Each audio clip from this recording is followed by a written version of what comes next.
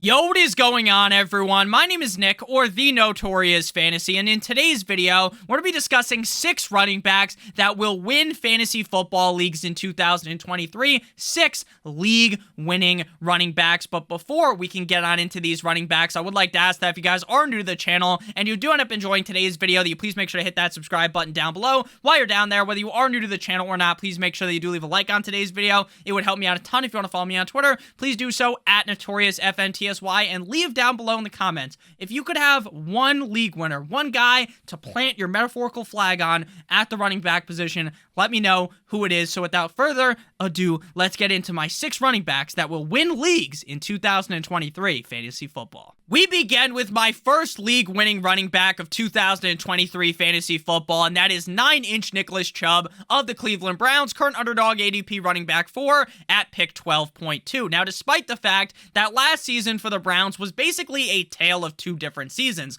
under Jacoby Brissett, now despite the fact that Jacoby Brissett is not the most ideal NFL starting quarterback, the offense was able to move the ball. They were able to run the rock, they were able to throw the ball, and the Browns looked like a halfway decent team, not some world beaters, but also not terrible. But then they pivot to Deshaun Watson, and the offense looks completely different. They are stagnant, they're not able to move the ball, and Deshaun Watson could not read a defense to save his life. It was like Deshaun Watson turned into Floyd Mayweather trying to read a Dr. Seuss book, trying to read Cat in the Hat, right? It was impossible. Deshaun Watson literally was awful.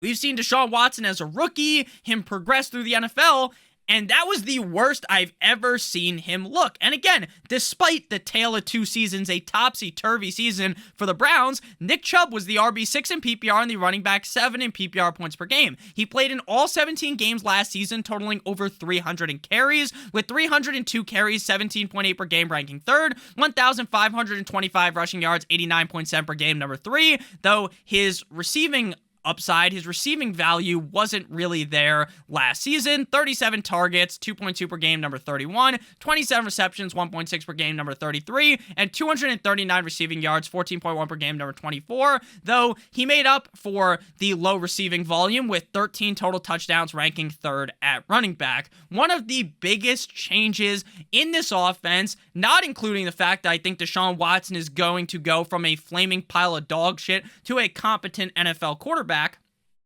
is the fact that Kareem Hunt has been subtracted from this offense. Kareem Hunt was taking away all of the receiving upside that Nick Chubb could have had, and rightfully so, right? Kareem Hunt is a great pass-catching running back, but Nick Chubb is now going to be in the driver's seat of this offense. He is going to see all of the carries while also seeing a majority of the targets at the running back position. We saw back in 2019 when Kareem Hunt was suspended for the first couple of games of the season that Nick Chubb is a valuable pass catcher in the NFL at the running back position. Now, is Nick Chubb magically going to turn into Alvin Kamara, Christian McCaffrey, or Austin Eckler and get like 80, 90, 100 plus targets this season?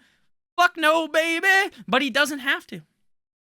He doesn't need a crazy amount of targets. If he just gets a bit of an uptick at the target number, maybe he gets 60 targets this season, that is going to do a whole lot for Nick Chubb's upside. Again, you match that with the fact that the offense is going to be a lot better. There is an easy path for Nick Chubb to be the RB1 in fantasy football. And did I not mention? I forgot to mention here. Look, he was uber efficient last season. 9th in true yards per carry, 13th in yards per touch, 4th in juke rate, and 6th in yards created. Again, I expect a big bounce back for this Browns offense, and I expect 9-inch Nicholas Chubb to go 9 inches deep in defenses all season long. I think he might get the most carries, most rushing yards, and most rushing touchdowns in the NFL. And if that happens, and he sees an uptick in targets, there's an easy path for him to finish top 3 at running back, but not just top 3. Numero uno. At number 2, we got Tony Pollard of the Dallas Cowboys, underdog ADP running back 6 at pick 18. Just like with Nick Chubb, who we've really seen rise up the boards, right? Nick Chubb a couple of weeks ago wasn't considered widely as a first-round pick, where he is now. He was more of a middle of the second-round pick. But Tony Pollard, his ADP is also rising. People are starting to catch the wave the fucking Bieber fever of Tony Pollard and Nick Chubb. Tony Pollard coming off the board again, running back 6, pick 18. Running back 8 last year in PPR, running back 9 in PPR points per game. Doing all of that with Zeke getting a majority of the starts. 4 starts for Tony Pollard in 16 games. He ranked 23rd in carries with 193, 15th in rushing yards with 1,007, 16th in targets with 55, 17th in receptions with 39, 371 receiving yards, 12th, and 12 total touchdowns, 6th at running back. Doing this with Kellen Moore as the offensive coordinator. And Kellen Moore is allergic to drawing up pass-catching plays for the running back. So now they have a brand new offensive coordinator with a running back in Tony Pollard who is incredibly talented in the pass-catching department. Mix that with the fact that Tony Pollard is playing on his franchise tag. They are going to run Tony Pollard into the fucking dirt. They are going to run him until he can't run anymore. They're going to give him so much volume. Now, I know there's still rumors, little birdies talking about how maybe Ezekiel Elliott's going to come back to the Cowboys.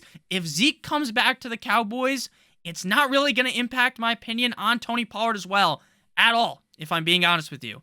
I understand that Zeke might vulture some touchdowns, but Tony Pollard is the guy. Zeke is not the same running back he was coming into the National Football League. He lost a lot of that value. He's still fat as fuck, though. Shout out to Mike McCarthy, also a big guy. Tony Pollard was 13th in true yards per carry, 5th in yards per touch, 4th in breakaway run rate. Doing all of that, facing 6.9 average defenders in the box, 8th at running back. So they loaded the box up for Mr. Tony Pollard, and he wiped his ass TP style with him, right? Tony Pollard is on an offense that I think is going to be really good in the NFC. I think this is a team with a great defense that plays in a soft NFC, and they're going to be able to run the ball a lot late in games. I love the upside of Tony Pollard, and again, did I mention, I know I did, the fact that he's on the franchise tag. They are going to give him so much volume. Remember Josh Jacobs last season, where they didn't give him that 5th-year option and they just gave him a gazillion carries? I think that's going to be the same thing we see with Tony Pollard in this Cowboys offense. At number 3, we have Cam Akers of the LA Rams, underdog ADP running back 20 at pick 66.5. Last year, if you drafted Cam Akers, it was a disaster. There is no other words to describe what happened if you drafted Cam Akers. He basically bent you over a table, right? Starting off the season, awful against the Bills, and he gets to the point where at the trade deadline, Akers is requesting a trade, Akers isn't playing, but at the end of the season, after you probably already cut him, after you probably couldn't sleep at night because you drafted Cam Akers, you felt like an absolute fucking idiot. And then, at the end of the season, he is just kicking defense's teeth in, right? He was the running back, 35 in PPR, 39 in PPR points per game, tied with Brian Robinson and Tyler Batty, but he was the RB5. Running back 5 in PPR points per game when playing 60+% of the snaps, which is a 5-game sample size. So once all of that bullshit of him requesting a trade and Sean McVay not really giving him a lot of volume, once they started to be like, hey, maybe we should give Cam Akers the ball because Cooper Kupp isn't here, Matthew Stafford isn't here, maybe we should give the best player the ball, Akers flourished. Again, his stats at the end of the season aren't amazing. He played in 15 games, started only 9 games. Again, it was really weird last season for Cam Akers. 26th in carries, 29th in rushing yards, 61st in targets, 64th in receptions, 55th in receiving yards, and 19th in total touchdowns with 7. So I get it, right? Some people are not going to want anything to do with Cam Akers because they felt like Cam Akers burned them last season. But something I try to preach here on my channel is that you want to have that short-term memory loss. I get there's players that may have fucked you over in the past, right? But it's not a guarantee they're going to do the same thing in 2023, right? It's not the guarantee that Cam Akers is going to put up the same numbers he put up last year as he does in 2023. That's why the first round, every round of fantasy drafts doesn't look exactly like how they finished at the end of last season. So again, I want you to understand that I get that this Rams offense isn't going to be the Rams offense of 2021 where Stafford's hoisting the fucking Lombardi. Right? I get that. I fully do, but I think Cam Akers in this Rams offense, with very little competition behind him, he's locked and loaded into a role where he is going to see a majority of the snaps. I think the Rams, again, aren't going to be one of the best teams in the NFL, but their offense isn't going to be completely dick cheese. I think Akers is where he's going right now is the running back 20 pick 66.5, a very easy click with upper echelon upside. And something to understand, I talked about this in the wide receiver league winner video from yesterday.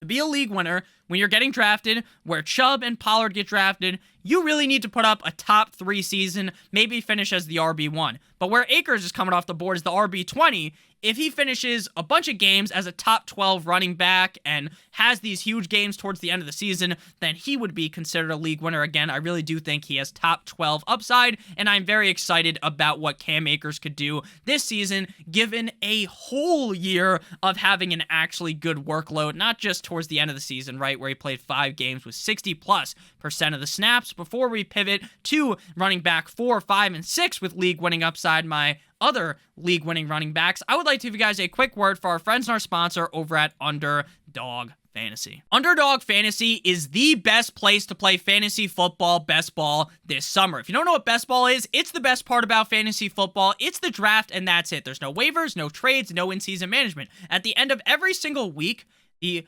best, highest scores on your team go into your lineup. So you don't have to worry about sitting that wide receiver that you thought was going to have a bad game. He scores 30 points, you lose your week, right? You don't have to worry about that. And they have the biggest payout ever. The biggest fantasy football contest ever. Best Ball Mania 4, $25 to enter. It's a big tournament, 150 max entries, $3 million to first place, $15 million in total prizes. Now, if you don't want to join in a big tournament, they're going to have smaller tournaments, $3, $5, $7, $10 entry fees that will be coming out throughout the summer.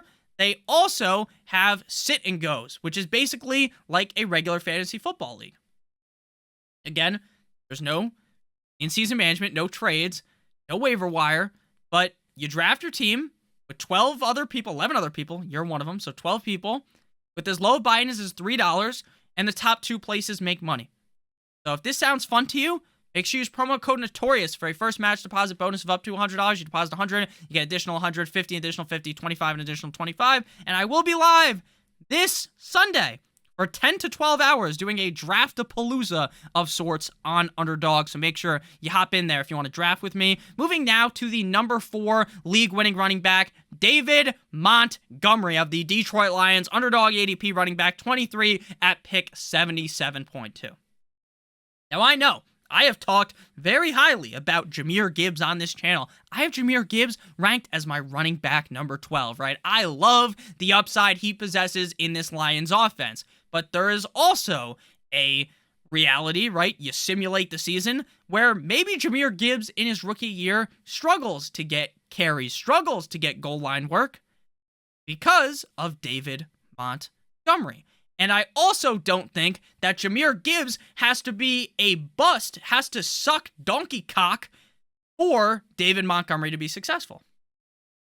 This could be a symbiotic relationship. Both of them could have great seasons together because I believe very strongly in this Lions offense. This isn't the Lions offense of the past, right? Where they're just getting teabagged by the defense game in and game out. This is a legitimate offense, and I think that Jared Goff is severely underrated because a lot of people talk about Jared Goff as if he's some bridge quarterback, when in reality, I almost feel like the Lions think he's the guy, right? Running back 23, coming off the board for Montgomery, pick 77.2. Last year in Chicago, he was the running back 24 in PPR and running back 28 in PPR points per game, tied with Antonio Gibson and Devin Singletary. He played in 16 games, ranking 22nd in carries, 27th in rushing yards, 27th in targets, 15th in receptions, 15th in receiving yards, and 22nd in total touchdowns.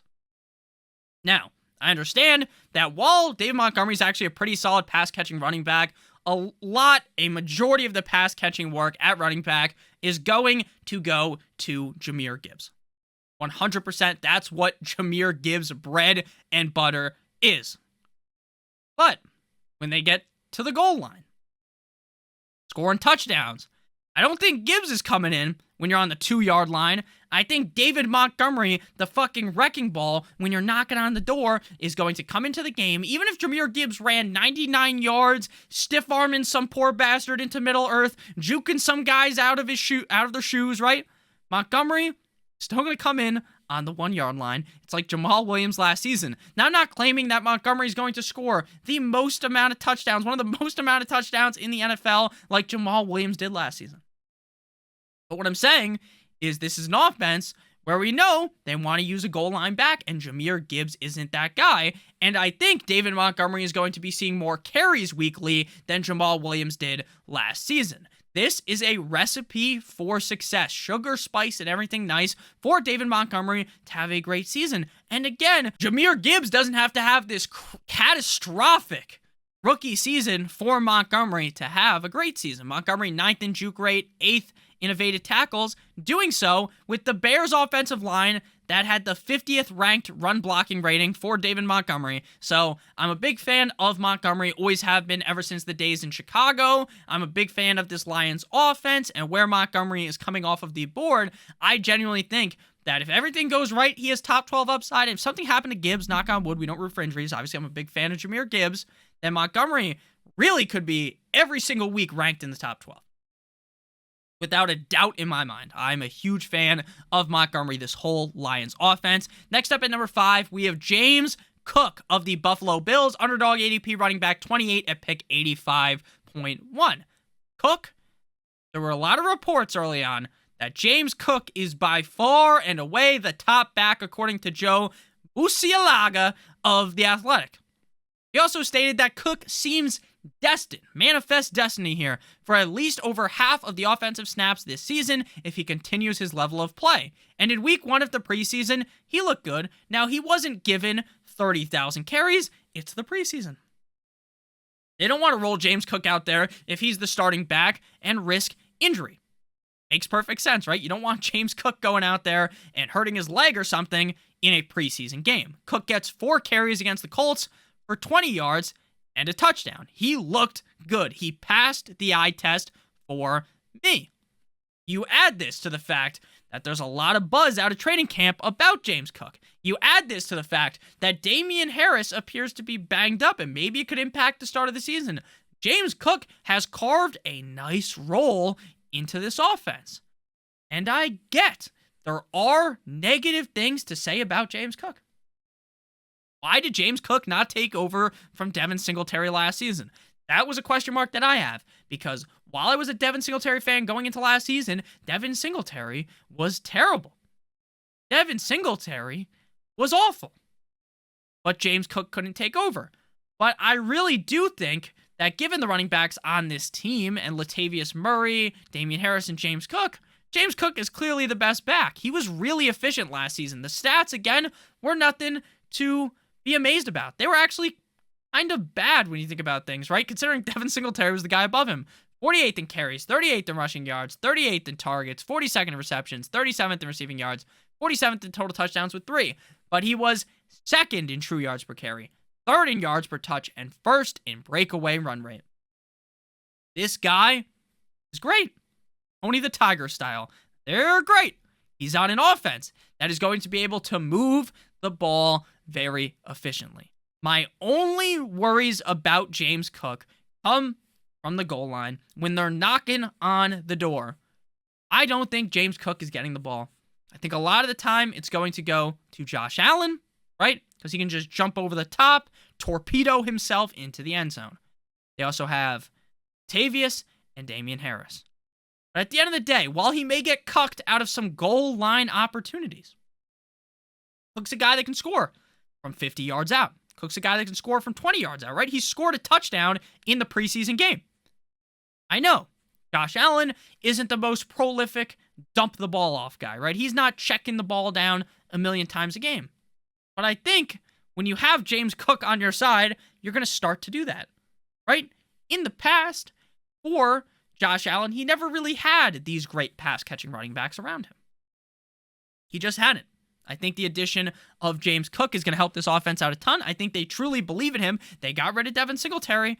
James Cook appears to be the number one guy. All the buzz you're hearing is incredibly positive for him. And again, while there's definitely risks, the touchdown potentially just not being there, maybe not getting as many receptions as we would want, all of those worries are negated. We talk about this a lot by where he's going in the draft. It's not like James Cook's value has been inflated to running back 18, running back 20. He's running back 28. He goes late enough in the draft to where I'm willing to take that risk. And final, league-winning running back, Devin Achane, running back of the Miami Dolphins, underdog ADP running back 37 at pick 113.2. Now, I will put an asterisk in Devin Achane because of the fact that Dalvin Cook, James Cook's brother, might just show up, fuck everything up. He might show up and put a fucking suplex. Send Devin Achane into Suplex City, right? Hit him with an RKO from out of nowhere like Randy Orton. Hit him with the fucking camel crutch, right? But there's also a chance Dalvin Cook doesn't go there. There's a chance that Devin Achane becomes a very vital part to this offense. Running back 37 on underdog, pick 113.2. Achane looked sharp. Now, he got 10 carries for 25 yards, which is not good. The offensive line of the Dolphins played not great in that game. But the kicker, 4 receptions for 41 yards.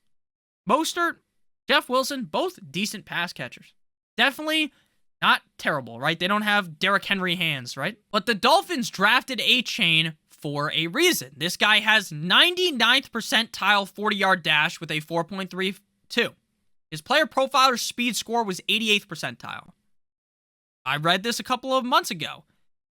Marcel Louis-Jacques, who covers the Dolphins for ESPN, stated that Mike McDaniel lobbied heavily to select Devin Achane. This is an offense that runs on speed. This is the fastest offense in the NFL. Now again, Mostert, Wilson, probably going to start earlier on in the season ahead of Achane. But I don't think Achane needs to be the starter week 1 for him to pay off dividends in fantasy football, again, because he's going so late. He's a guy, 3 years at Texas A&M, 196 rushes for 1,102 yards last year, 21 years old, 10 games played, 11 total tugs, 36 receptions for 196 receiving yards. Devin Achane is one of those guys where he puts one move on a DB. He's so fucking fast that he's gone. No one's catching him. He's throwing up the peace sign like he's Tyreek Hill, right? Devin Achane is in a great situation. Again, all these speedsters around him. The offensive line in Miami is suspect. Dolphins fan, I'll admit it. It scares me. It scares me. But I think it won't be like bottom of the NFL. I think that Achane is in a good situation again. I think he's going to see a lot of receptions. I understand that weekly he won't be super reliable, but I think there's a lot of upside that comes with Achane. And again, Cook doesn't show up. Injury. Wilson or Mostert, who are, to be honest, I don't want any of them to get hurt because I'm a Dolphins fan. To be honest, those guys aren't the poster childs of fucking health, right? You look in dictionary, you look up healthy man, neither of those fuckers are showing up. They get hurt tying their shoes in the morning, right? So Devin Achane, really good situation. Devin, 2 chains. I'm a huge fan of Achane here in Miami. I expect this Dolphins offense to be top 10 in the NFL. I expect their defense to be good, so they can run the ball a lot late in the game with Mr. Devin Achane. Again, the carries, he might not be the most productive in like yards per carry like James Cook. But I think why you draft Achane is that pass catching upside. You're not drafting him because he's going to get 25 carries in a game, right? Or something crazy like that. Simply not. You're drafting him for the receiving upside late in drafts. I love Achane this season. You don't believe me? Just throw on his tape from Texas A&M. Watch him run the 40. Fucking fast. So thank you guys for watching. If you did end up enjoying, make sure you hit that subscribe button, hit that like button down below. It helps me out a ton. If you want to follow me on Twitter, please do so at NotoriousFantasy. Again, we'll be live on Sunday for 10 to 12 hours from 10 a.m. Eastern Standard Time on. I'm going to be having a bunch of guests on. We're going to be talking ball. So if you got questions, ask them. We're going to be doing drafts. If you want to join, again, make sure you use that underdog promo code Notorious. Join up with us. We're going to have a great time. It's going to be very fun. And I hope all of you guys, or majority of you guys, show up. We can have a great time together. And I love you guys from deep down in the bottom of my heart. This channel has been growing a lot recently. I try not to get sappy on here, but this does mean everything to me. Without you guys, I'm not here. I'm a no one. I'm some loser that talks to like 3 people, right? But there's thousands of people that watch me. That's great. And it's all thanks to you guys. I literally love you guys so much. We're almost at 24,000 subscribers. Maybe we'll hit it today. Maybe not. My goal, obviously, at the end of the day is 100,000. But if we could get to 30,000 this season, very happy, very nice. I like. So I do love you guys, though. Genuinely, have a great one. Hit that subscribe button. Hit that like button. Leave any comments down below, too. Do you like these running backs? Do you hate them? You disagree with me? That's okay. Love you guys. Have a good one. As always, goodbye.